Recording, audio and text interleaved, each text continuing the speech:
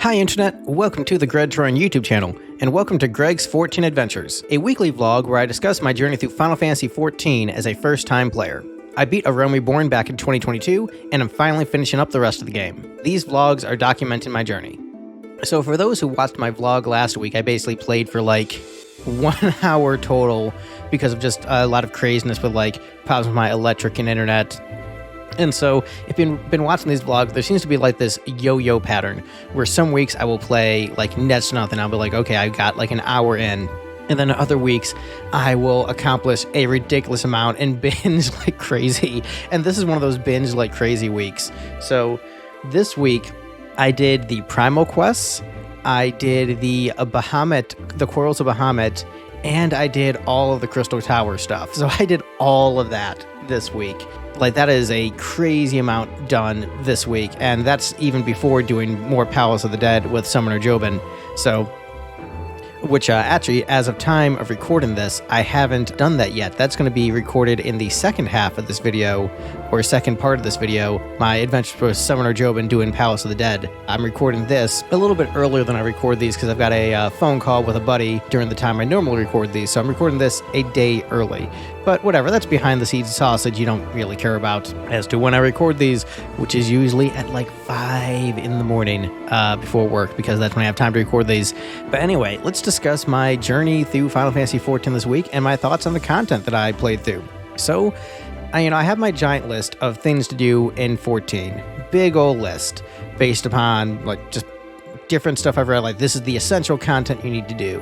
And it's been, growing and modifying as I've gone along, where I did all the Realm Reborn optional dungeons, which people didn't say that like it was essential content to do, but I found that really fun. Palace of the Dead isn't considered essential content to do, but I've been, enjoying the pain of that journey. But the Primal Quests are required for the MSQ, at least the first batch of them, and they are considered to be essential to play by players. And so I started the Primal Quest, and I was kinda unimpressed by the writing. It was just like, oh no, the Primals are back, but even stronger. And it's like, okay, well, whatever, let's do this. And so I was doing the Primal Quest, and I accidentally ended up doing the Odin Quest first by accident. So, which is one of the optional Primal fights. But I'm really glad that I did that, because it was fun to, get to fight a different Primal. And by fight a different Primal, I mean I did unsynced, so I didn't really get to experience the fight. But it was still cool just to, get that story out of the way. Experience the story, see the cutscenes, just get the vibes that like Odin is out there because he's in, different CG cutscenes. So it's nice to be able to, get that Odin checklist, off your list. Because it's, it's not a Final Fantasy without Odin, am I right?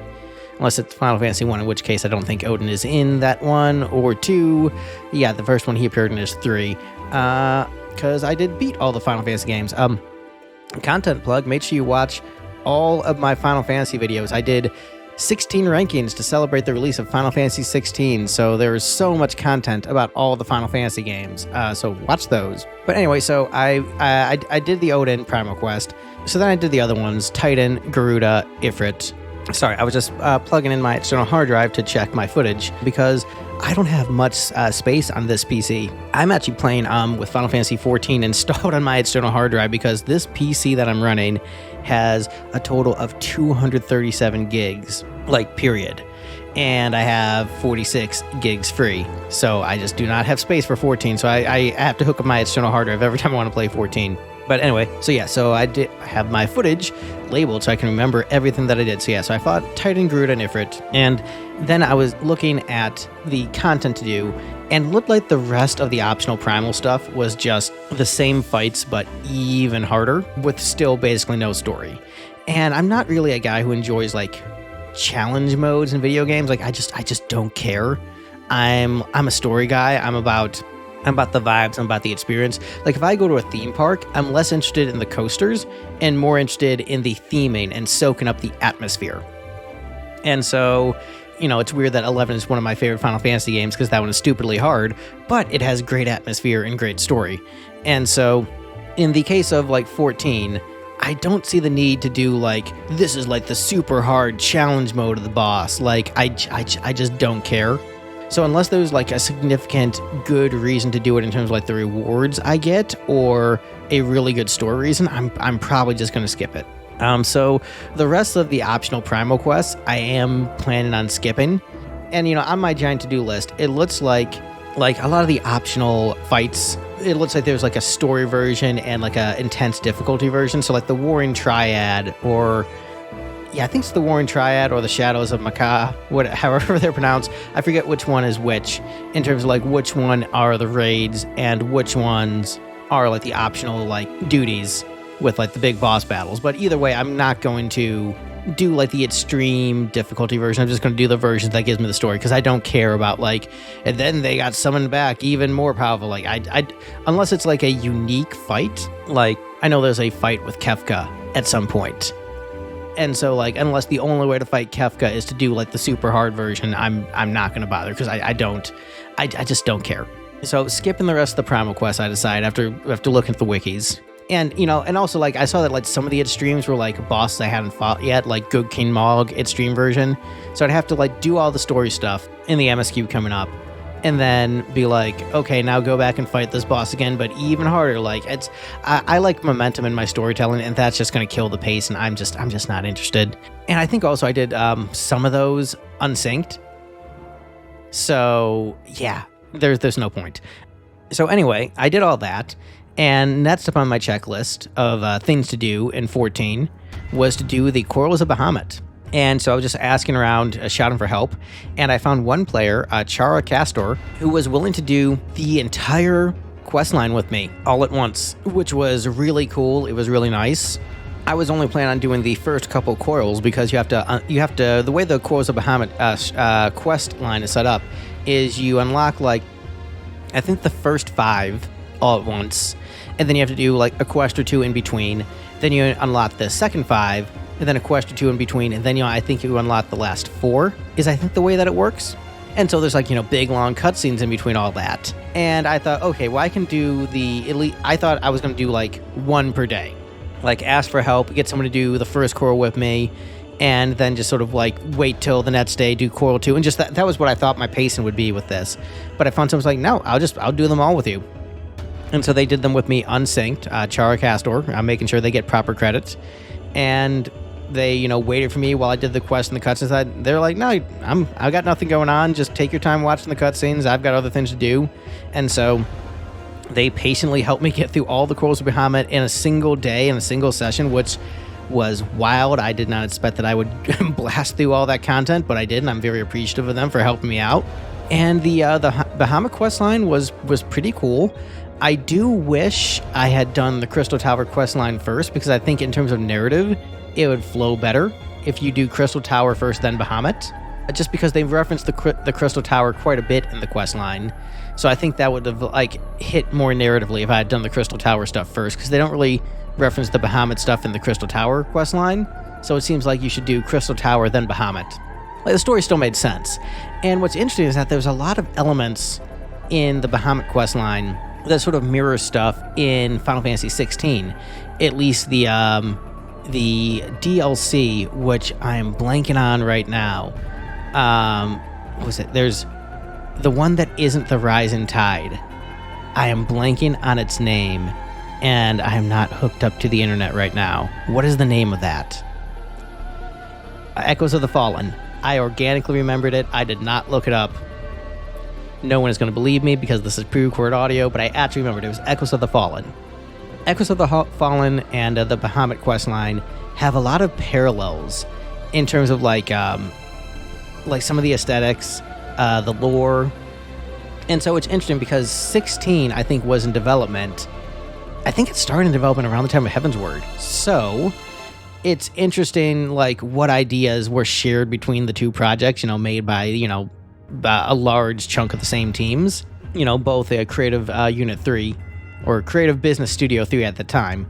But it's very interesting to think about those like very obvious similarities and parallels. A lot of people didn't like Final Fantasy 16.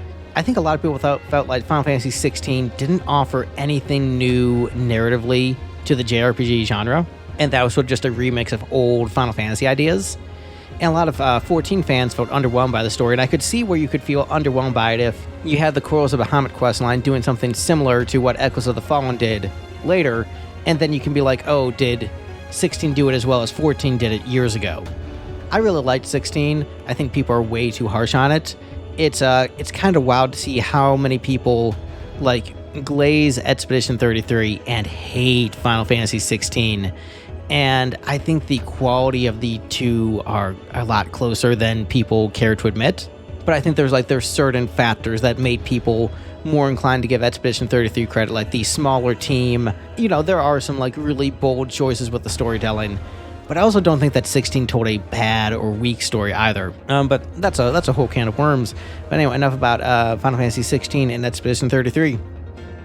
So after doing the Coil of Bahamut questline, which I really enjoyed, you know, nice getting to see Louisoix in the game. That was really cool because I did watch all the 1.0 cutscenes and did a side quest that like featured Louisoix. So it was nice to actually see him in game. That was really awesome. So then I moved on to the Crystal Tower questline. So I started off by doing the prerequisite quest, you know, getting the first raid unlocked. So this was my first experience with the 24-man raids, at least since hopping back into 14. And so I, you know, queued up for the first Crystal Tower raid and was in the queue for a while, and there was just no success. So it was the first time in a long time where I queued up for something in 14, hoped to get some help, and just had zero success getting anybody to do the raid with me. So that was just a day of like logging in, nothing happening. Next day, logged in, did the duty finder, again, no success. Did not find people to do the raid with me, even asked for help, just nobody answered. I'm on the free trial, so I can't use Party Finder. So I said, all right, I'll just, while I'm waiting, I will level up my Serpent rank. I did some Fanks. I did some Fates. I unlocked Allied Society quest, which was not on my to-do list at all, but I did it. And still nothing. Day 2, total failure. Again, did not get any of the raids done. I got bored while in the queue, so I decided, let me check out the housing districts, see if there's anything fun, like a cool little restaurant, cafe or something. And I found this one house that was called HR, Human Resources, that if you work a corporate American job, it is the description, just, you know, and the ServiceNow stuff just like hurt my soul and also tickled my funny bone quite a bit at the same time. It was just, it was peak. It pierced through my heart. The house itself was kind of boring, but the description was just absolutely hilarious. So, day 3 of trying to do the Crystal Tower raids. I'm in the queue for over 2 hours, and I thought, okay, I might get lucky after Japanese midnight. You know, playing Final Fantasy XI and Other Eden and BTS in the Somme. I've learned to, you know, revolve my life around Japanese midnight in a number of ways. After playing live service games where like you get that, you know, the bonuses and such reset at Japanese midnight. So I'm like, okay, it's after Japanese midnight. I will probably be able to get a party, right? And so I got, while I was waiting, I got invited to join a queue for a different dungeon with a player named Lord Arson. But that was right when I went AFK. And I was like, oh, shoot, this person's invited me and asking me to help them with a dungeon. And I actually would help them out. But then I just, like, I went to the bathroom and then I missed it. But then after they got back, I talked with Lord Arson. Not Lord Arson. So Lord Arson and Celeste Stellamaris. And Celeste said that they would be willing to help me get a party together for the first Crystal Tower raid. Them and my first official 14 friend, Zephyr Wykes, who I talked about baseball and condiments with. They both said that they would help me out, and Zephyr really like helped out a lot in this process. But, you know, they both did, but Zephyr was the one who added me as a friend afterwards and coached me through a lot of the dungeon stuff, which was really nice. But they helped get a party together using the Party Finder. We did the dungeon once, but we didn't have enough people to get through it because of a certain mechanic where you have to have multiple people on a platform while another player fights a monster. And so did the dungeon, but didn't have enough people to get through it. So we did it again with more people. We beat it unsynced, and I completely missed the boss. Like, I got to see the cutscenes, but I didn't even get to see the boss fought at all. But still, we did it, and I was able to, for the first time in my Final Fantasy XIV journey, have someone officially added to my friends list. So even though I definitely consider Summoner Jobin a friend, we play every week together, because I'm on the free trial, and Jobin's on the free trial, we can't add each other. So this is my first official friend in 14.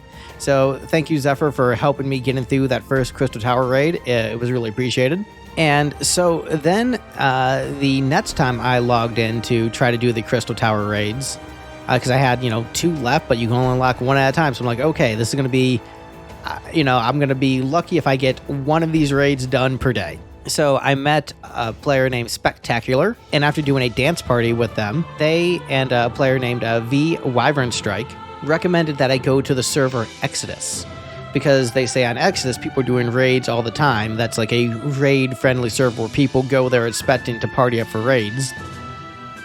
And so they said, let's hop over to Exodus and see if we can get a party over there to help me do the next raid. And so we did it, and we got a 24-person party in under 5 minutes.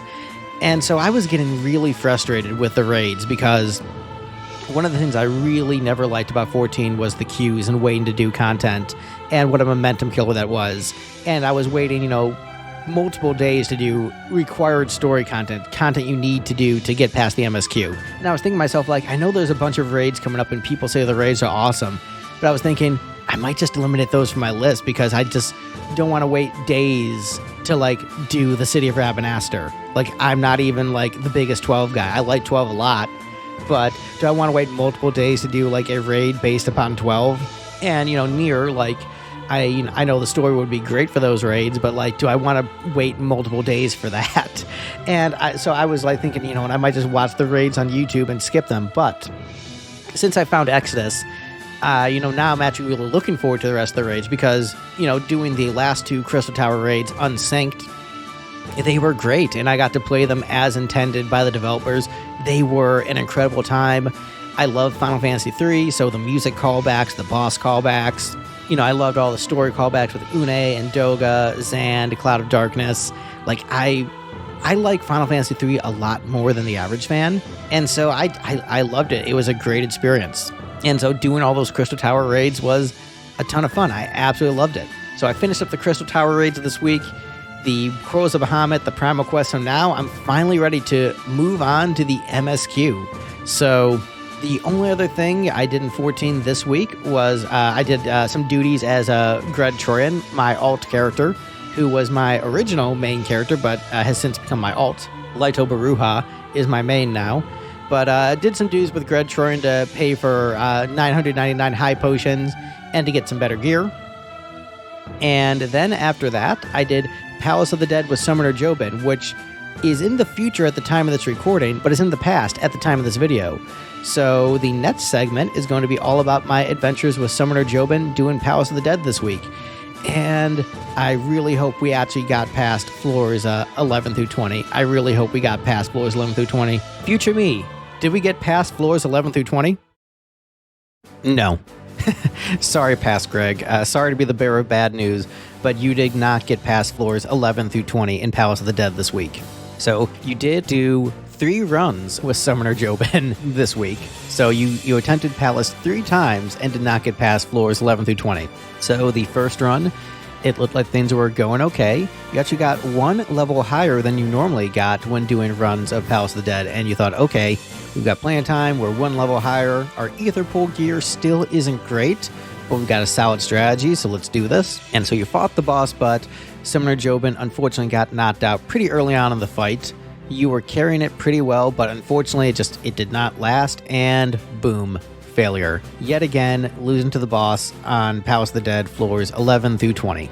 Yeah, it was a disappointing failure, but you had some time, so okay, do we want to do another Palace run? Do we want to just try it again?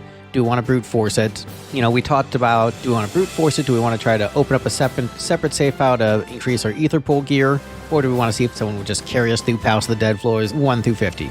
But we decided, you know what? We're just gonna do another run. We're gonna do it again. Floors 11 through 20. Brute force, guys. Just when there's the option of doing something that takes a little bit longer to make something a lot easier, or just like, you know, slamming your head against the wall and doing the hard thing because you want to avoid doing the thing that might take a little extra prep time, boys will do the the one that avoids the extra prep time. And so we went right back in, did another run, and then we got destroyed by a spell called Rapture that came completely out of nowhere and just destroyed us both. And we were both like, what the heck just happened? We didn't see any like warning for it. I was looking back at the footage. I didn't see like a spellcaster. I didn't see like an AoE area. It's just like, Rapture, you're both dead. Like, where did that come from? And it made both of us really frustrated because there didn't seem to be any way to avoid that spell. So if you know what the heck Rapture is and how to avoid that and what we did wrong because we can't figure it out based on the footage, let us know. But we were both like pretty frustrated with that. I think I was more laughing at how ridiculous that was versus my buddy who actually plays the genre, and also explained to me the difference between roguelikes and roguelites, which I just thought people were just saying it weirdly, but there is actually a difference between the two, which I didn't know because I don't play the genre.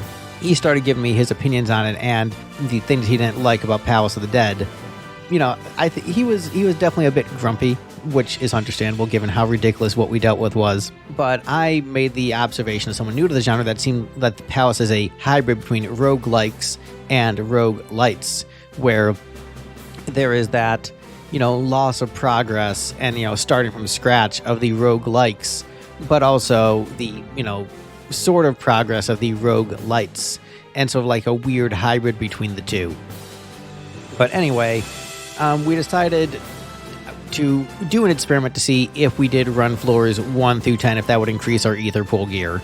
Like, we decided, you know, let's just log into floors 1 through 10 on a separate save, see if our gear transfers between save files, because we've heard that before, but, you know, we just wanted to test ourselves, see if that actually happens. And it did happen. And so we're like, you know what, let's just run through floors 1 through 10 quick. And so we did, and it was a lot faster. It only took us 30 minutes to do floors 1 through 10 on our second save, and our ether pool armor is so much better. So I told him what I want to do going forward is just run each set of 10 floors on both saves to just make sure our armor is as good as possible. So we will see next week if we can get past floors 11 through 20. I hope we do. We're going to find out next week if we get past floors 11 through 20. Pray for us and our continued journey through Palace of the Dead. That is my 14 vlog for this week. Once again, if you like this video, please hit the like button. And also share it on relevant social media on places like Reddit. Spread the word so that people can see these vlogs. And most importantly, please comment and say hi and give me your thoughts on my thoughts. Let's have a discussion, because otherwise I'm just talking into the void, speaking only to the cloud of darkness. All right, well, that is the video, and I'll see you guys next week. Bye, everyone.